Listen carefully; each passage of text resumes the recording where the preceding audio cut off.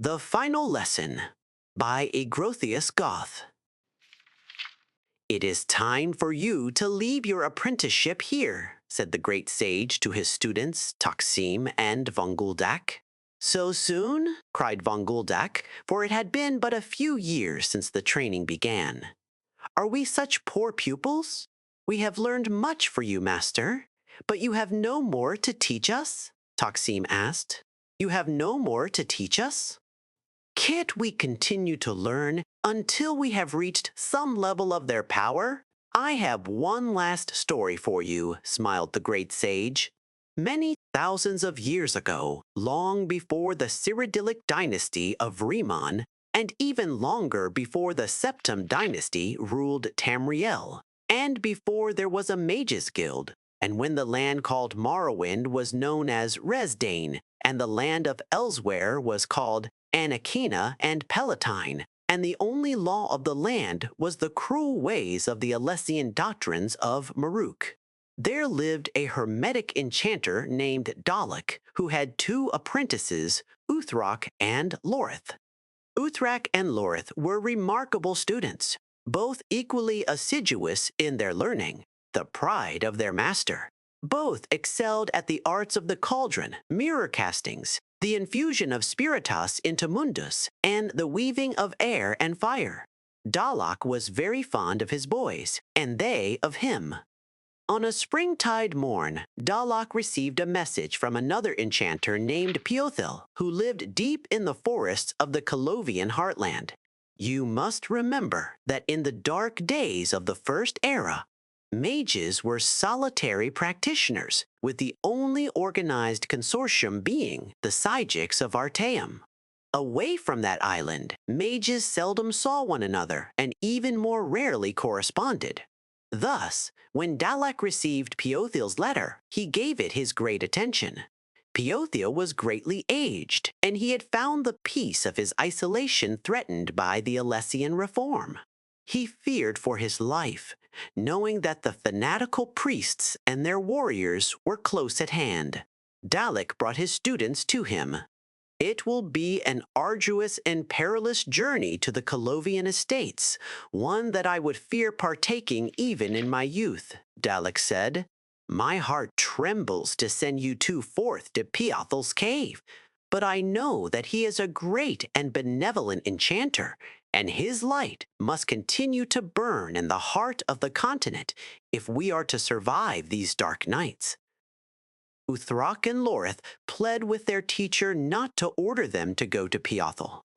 It was not the priests and warriors of the Alessian reform they feared, but they knew their master was aged and infirm, and could not protect himself if the reform moved further westward.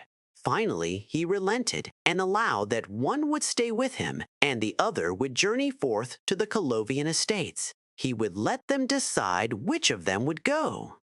The lads debated and discussed, fought and compromised, and at last elected to let fate make the choice. They threw lots, and Lorith came up short. He left early the next morning, miserable and filled with fear. For a month and a day, he tramped through the forests into the midst of the Colovian estates. Through some planning, some skill, and much assistance for sympathetic peasants, he managed to avoid the ever-tightening circle of the Alessian reform by crossing through unclaimed mountain passes and hidden bogs. When at last he found the dark caverns where Dalek had told him to search for Peothil, it was still many hours before he could find the enchanter's lair. No one appeared to be there. Lorith searched through the laboratory of ancient tomes, cauldrons, and crystalline flutes, herbs kept alive by the glow of mystic circles, strange liquids and gases caught in transparent membranes. At last he found Peothil, or so he presumed. The desiccated shell on the floor of the study, clutching tools of enchantment, scarcely seemed human. Lorith decided that he could do nothing further for the mage, and began at once the journey back to his true master, Dalek and his friend Uthrak. The armies of the reform had moved quickly since he passed. After more than one close near encounter, the young enchanter realized that he was trapped on all sides. The only retreat that was possible was back in the caves of Peothil. The first thing to be done, Lorth saw, was to find a means to keep the army from finding the laboratory. That, he found, was what Peothil himself had been trying to do, but by a simple error, even an apprentice enchanter could recognize, he had only succeeded in destroying himself. Lorth was able to take what he had learned from Dalek and apply it to Peothil's enchantments quite successfully. The laboratory was never found or even detected by the reform. Much time passed. In the 480th year of the First Era, the great Aiden Durrani won many battles against the Alessian horde, and many passages and routes that had once been closed were now open. Lorth, now no longer young, was able to return to Dalek. When at last he found his way to his master's old hovel, he saw candles of morning lit in all the trees surrounding. Even before he knocked on the door and met his old fellow student, Uthrak, Lorth knew that Dalek had died. "It was only a few months ago," said Uthrak after embracing his friend. "He talked of you every day of every year. You were away. Somehow he knew that you had not preceded him to the world beyond. He told me that you would come back." The gray-haired men sat before the fire and reminisced of the old days. The sad truth was that they both discovered how different they had become. Uthrak spoke of carrying on the master's work, while Lorth described his new discoveries. They left one another that day, each shaking his head, destined to never see one another again. In the years ahead, before they left the mortal world to join their great teacher, Dalek, they both achieved their desires.